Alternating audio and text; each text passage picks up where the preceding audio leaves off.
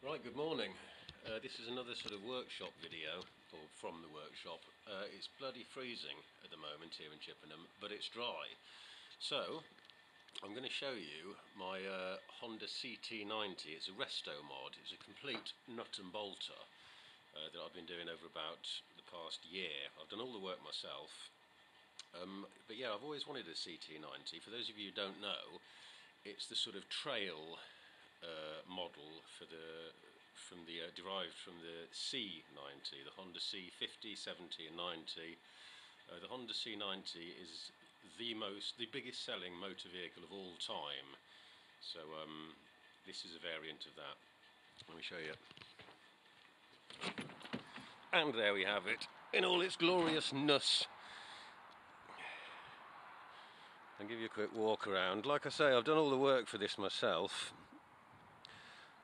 A lot of bits of work, for the first time I've ever really done stuff like that, especially the painting. What you'll see here, basically everything that's orange is original. This is a 1970s bike. It's a Californian import. It was a wreck when I got it, but no rust, or very little rust, not rusted through like a British bike would be. So the frame was in very good nick. I just sandblasted the whole lot down and sort of repainted it and whatnot. For those eagle-eyed viewers will notice instantly that there's something a bit wrong with this. This is a Lifan 125 manual engine. You would normally have, the original engine for this was unique. It was a 90cc, but it had a sort of take-off high and low ratio gear on the drive side. But yeah, pretty much everything I've had to do on this. I've had to reupholster and build up the seats, as well as buying a whole load of parts. But yeah, it's a Lifan 125 manual engine, which I had to mill out a bit of. The engine's mounted with these two bolts, that one there and this under here.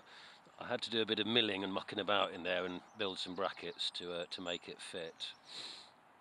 But yeah, as you can see, I had to completely redo the forks. They're completely rebuilt.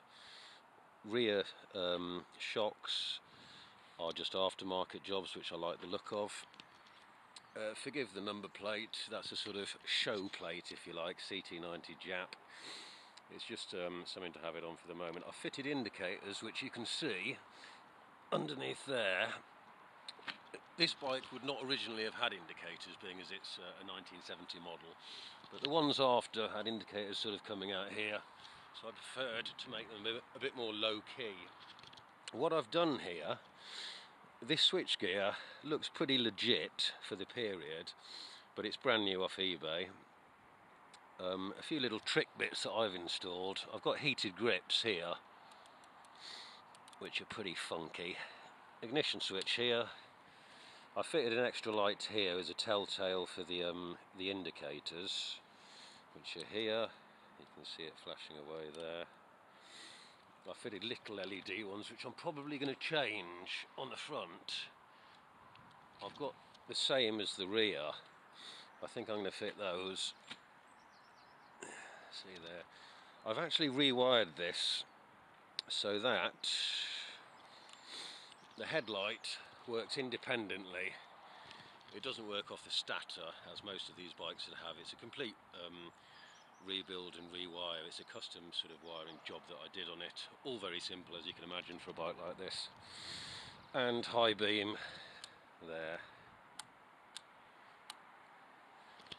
And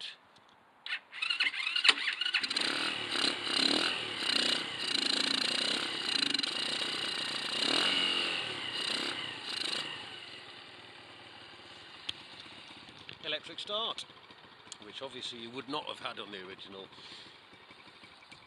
courtesy of the Lifan engine. You can get these Lifan engines with or without electric start, and you can also get it electric start on the top or the bottom.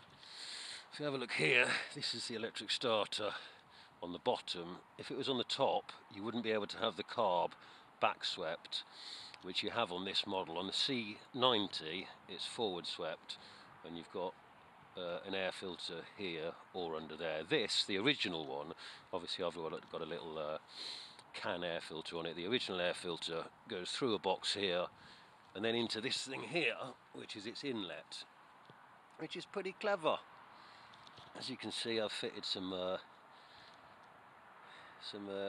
stickers to it, just as a sort of finishing touches.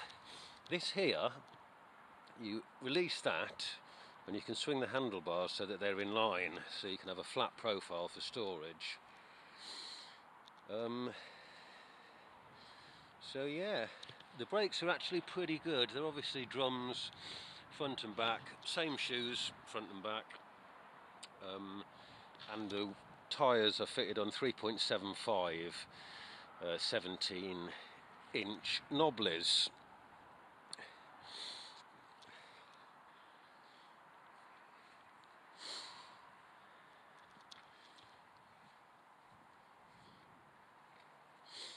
But yeah, quite a lot of work involved in that, and it's practically finished. Just to finish it off, I need to do the paperwork.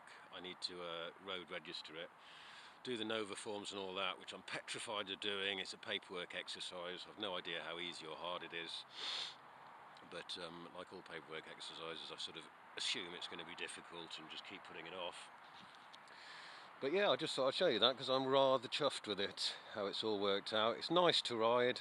I've ridden it a little bit just to bed the brakes in. But yeah, all seals, bearings and everything are brand new. So it's effectively a brand new bike. And it's a lot of fun to ride. So yeah, that's the reveal, if you like. I'm going to try and put together a video of the build process. I didn't actually take any video, but I took a load of photographs, so I might make a sort of collage-y type video when I get round to it, just of the build process, you know, spraying it up, cleaning it, blasting it, fitting it all together and all that kind of stuff. So yeah, my beautiful little Honda CT90, or rather CT125 restomod. Cheers for watching, and I will catch you later. Goodbye.